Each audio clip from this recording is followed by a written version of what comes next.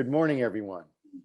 This morning, we're joined by Professor Tawara Goode, Assistant Professor of Pediatrics and Director of the National Center for Cultural Competence and the Center for Excellence in Developmental Disabilities within our Center for Child and Human Development at Georgetown.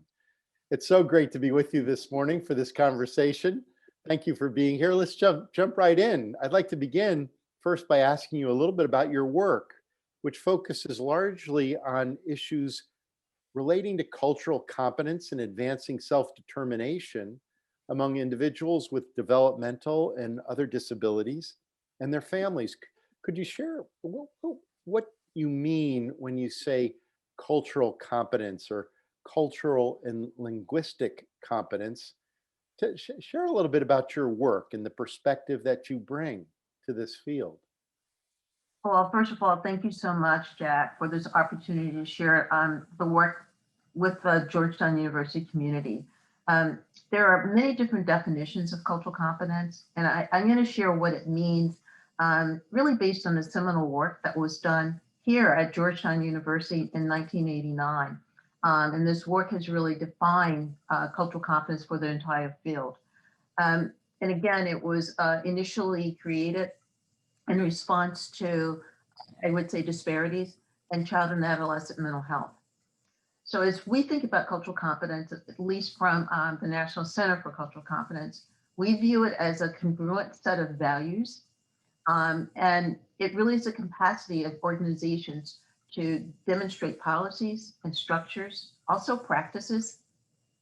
You would see staff that are part of those organizations demonstrate behaviors and attitudes that allow them to work effectively cross-culturally. And we mean this really very broadly in every aspect of the term cultural. So it's not limited to race or ethnicity, but we are looking at culture. And I know that we also talk a little bit about the term linguistic competence. And I would say that it mirrors cultural competence in some ways.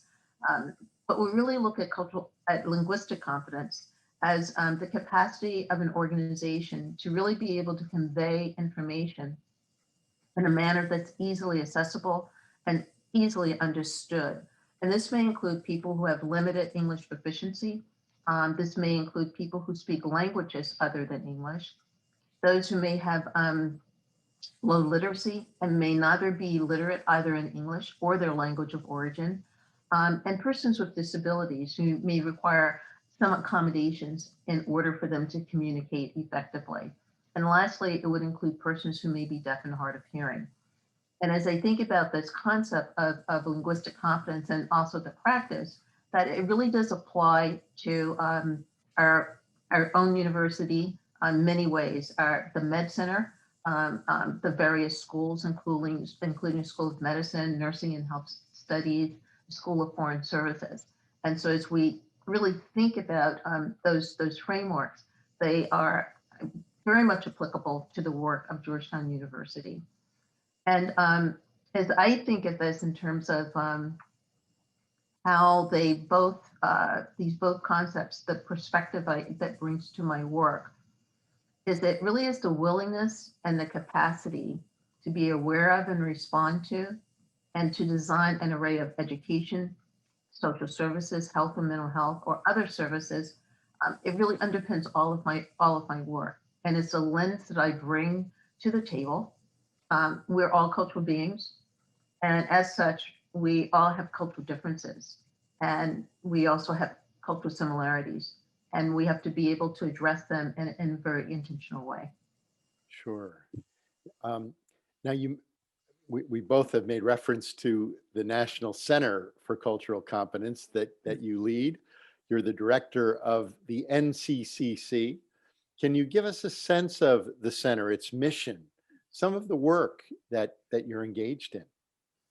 Yes, thank you again for this opportunity to highlight our work. The center has been funded since 1995, and we've had a happy home at Georgetown University.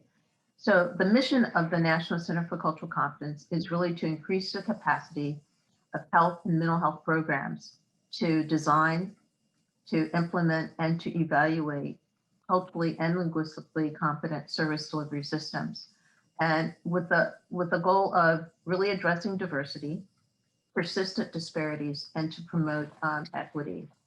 And our work is largely grant funded and also by contracts. And we typically focus on ways to measure and assess cultural and linguistic competence across a broad range of programs. We contribute to the body of knowledge about cultural and linguistic competence through research and practice. We conduct just an array of professional development and training activities across a broad array of disciplines and audiences. And this could include curricular development and faculty development as well.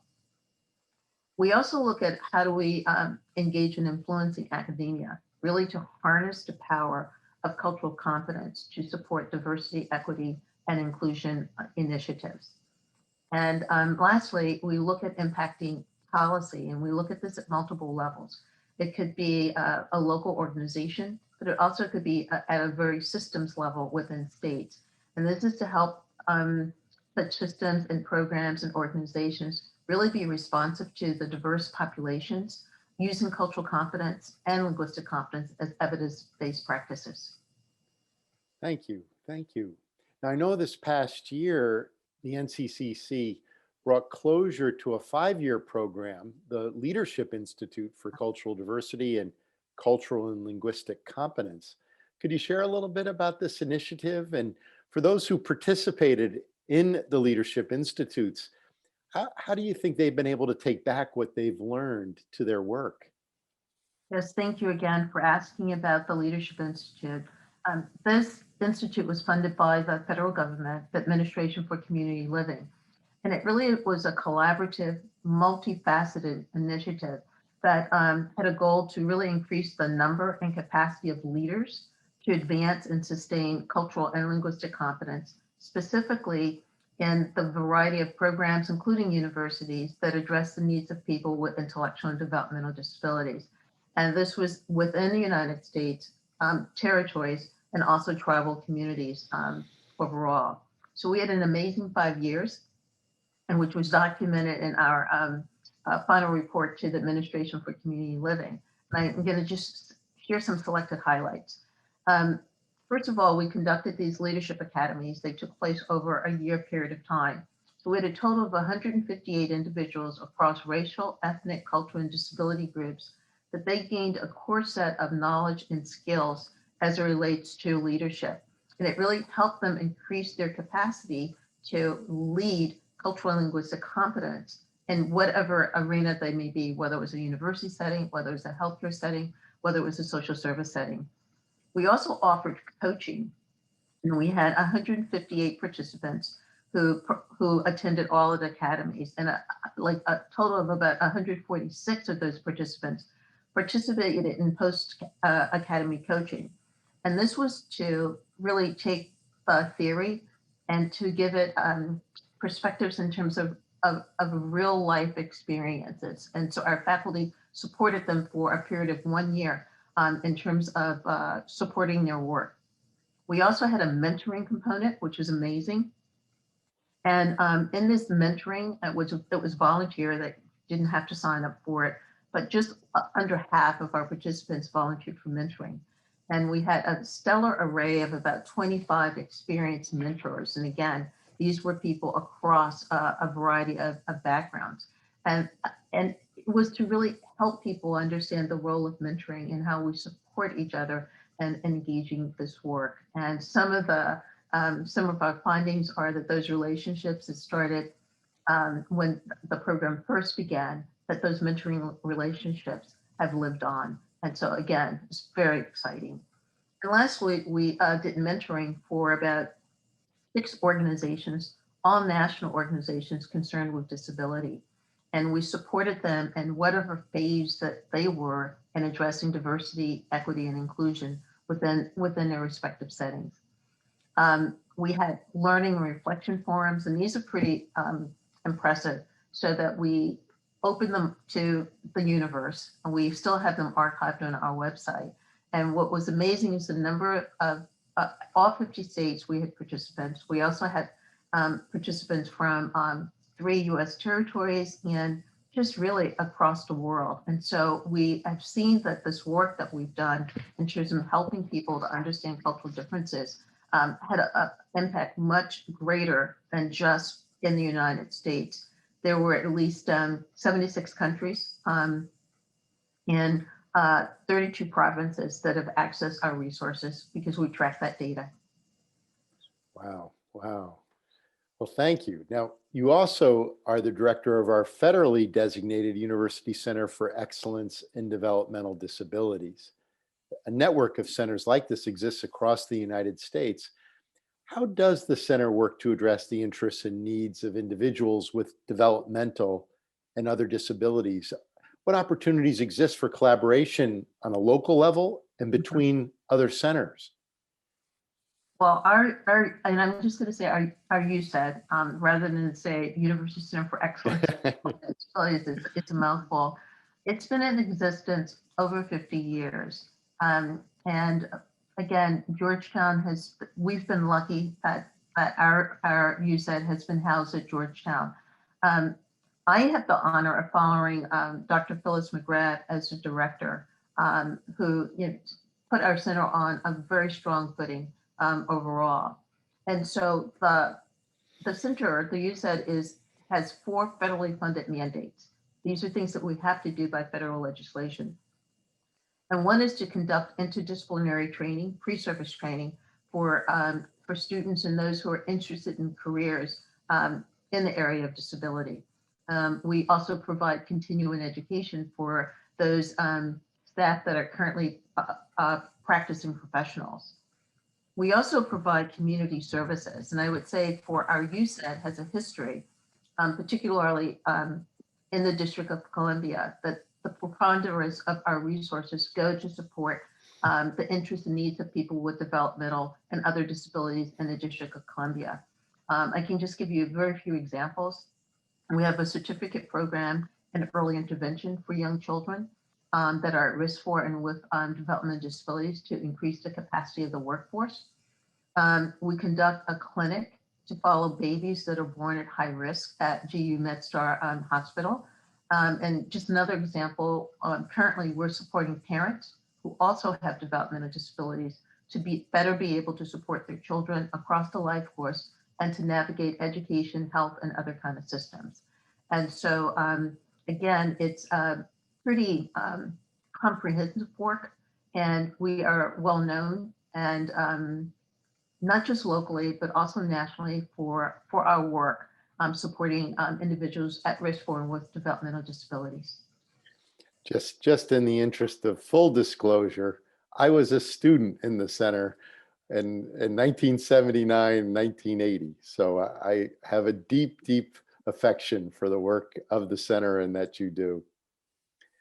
It's amazing work, and we also are indeed collaborating with over the past 5 years with the Disability Studies program at Georgetown, and it's just amazing faculty and really supporting events campus-wide to really help us to understand, again, the interests and needs and all of the contributions that people with disabilities give us. I'd like to talk a little bit about one project of the center. This is a project where you've tried to capture the stories of people with disabilities here in the Washington area. Yeah. And you shared individuals' experiences during the pandemic. Could you talk a little bit about this project, and how has the pandemic presented new challenges or highlighted existing challenges for individuals with intellectual and developmental disabilities, especially here in our area? Yeah. So I first want to commend Joan Christopher. Again, as we look at full disclosure, she's one of our USIC faculty. She's a graduate of Georgetown University Law School and the parent of now adult twins with developmental disabilities that were also born at Georgetown Hospital. So that's a long, long, long history there. And she directs our community services for the USAID. And she's been just an incredible advocate for persons with disabilities. And it was her idea, actually, to begin to collect stories about the experiences of persons with disabilities, developmental disabilities in particular, during the pandemic. And she started to do this very early on. And so as we look at the initial stages of the pandemic, those stories really depicted what the experiences were of 11 people. And we're now 1 year out. And without, I'm going to say, the advocacy, I would say the interests and needs of persons with disabilities in the city had not been prioritized because of just their vulnerability as a population. And so I would say that this work and the work that we engaged in with other partners really led to policy change. People came together to really advocate for this group. And I do think that Joan's stories helped lend that to overall. And as we look at Joan's stories that she carefully collected and engaged with, this work has been noticed at a national level. And so it led to an invitation for us to publish an article using a health disparities framework that I created, and also the stories of the 11 people for this publication. And and this is in collaboration with the University of Minnesota, as you said. And they were so just impressed by what we were able to collect. They then asked to come back and interview 3 people to say, it's been a year, what's different in your life? And so we're looking forward for that to be published. And so one thing that I would say is that we have statistics, and we're reminded those statistics on a routine basis in meetings that we participate here in the local, in the District of Columbia. And these are numbers of people who may have been affected by COVID. And I'm reminded by, let's see, I don't know what, I would just say a quote from a champion of public health. And I'm going to paraphrase this, but he said, statistics are people with the tears wiped away. And so in that interest, we have to share the individual experiences of people so that they aren't just mere statistics. Sure, sure. Now, you also have a global reach. You've collaborated with the University of Sydney in Australia as they developed their NCCC. You're currently working with colleagues at the University of Exeter in the United Kingdom. Can you share a little bit about the importance of cultural competence across our diverse global community? Are there opportunities you see for strengthening work around diversity, equity, and inclusion? Absolutely. I'm happy to share with you my work with these 2 universities, and it's really been amazing. There's a clear and compelling need, absolutely, within institutions of higher education to be responsive to cultural diversity of the students, of the faculty, of the staff, community partners, and just the areas in which people live. We have a global society, and that just because one is educated in the District of Columbia doesn't mean at some point in time that you may live and work and engage in work in other places. So one approach to embed cultural competence into the values and policies and practices, into pedagogy, curricula, research, and community engagement, and so on. That is, we feel, a very important approach in terms of fostering cultural competence within academic settings. Within the University of Sydney, we really focus on helping them establish their own National Center for Cultural Competence. And this had an emphasis on equity for the Indigenous people of Australia in higher education. And it's been in existence for the past 7 years and early stages, but truly moving on. And then when we look at the University of Exeter, we've been engaged in work over the past 2 years. And this was under the, I guess, invitation and leadership of Janice Kay, who is the Provost and Senior Deputy Vice Chancellor at the University of Exeter. And so for them, we're conducting a community of practice. And this is with representatives across colleges, departments, and programs to really look at how to use cultural competence as an essential approach to advance their, and this is the language that they use for DEI, is diversity, equality, and inclusivity efforts. And so today, actually, in fact, earlier today, we had our 2-hour session. Overall, we obviously had to convert to doing work virtually. Initially, we had planned to be on site in the UK. And so, again, just very, very exciting work in which we've been engaged to look at higher education and again, support these academic institutions, both in the United States and also across the world, to really address similarities and differences that we see in our populations. Sure. I can't thank you enough for all that you do for our university and for the opportunity to be able to spend this time together. As we close, is there a message you'd like to share with our community? Well, I think that we at Georgetown in particular, we have to prepare students for their role as global citizens, no matter the field of study or profession. So I think that that's really key and critical. We have to prepare students to embrace, respect, and to respond to cultural differences. It's an essential area of knowledge and skills. And then I'd like to just end on, it's a quote that we use in our training. And so if we look at someone who's moving toward cultural competence, they're able to positively interact with people who do not look like, communicate like, move like, think like, believe like, act like, love like, or live like themselves. And I just think that that is a simplistic yet eloquent way and to think about cultural competence. Oh, thank you. Thank you. Tawara, thank you again for sharing your perspective and insights.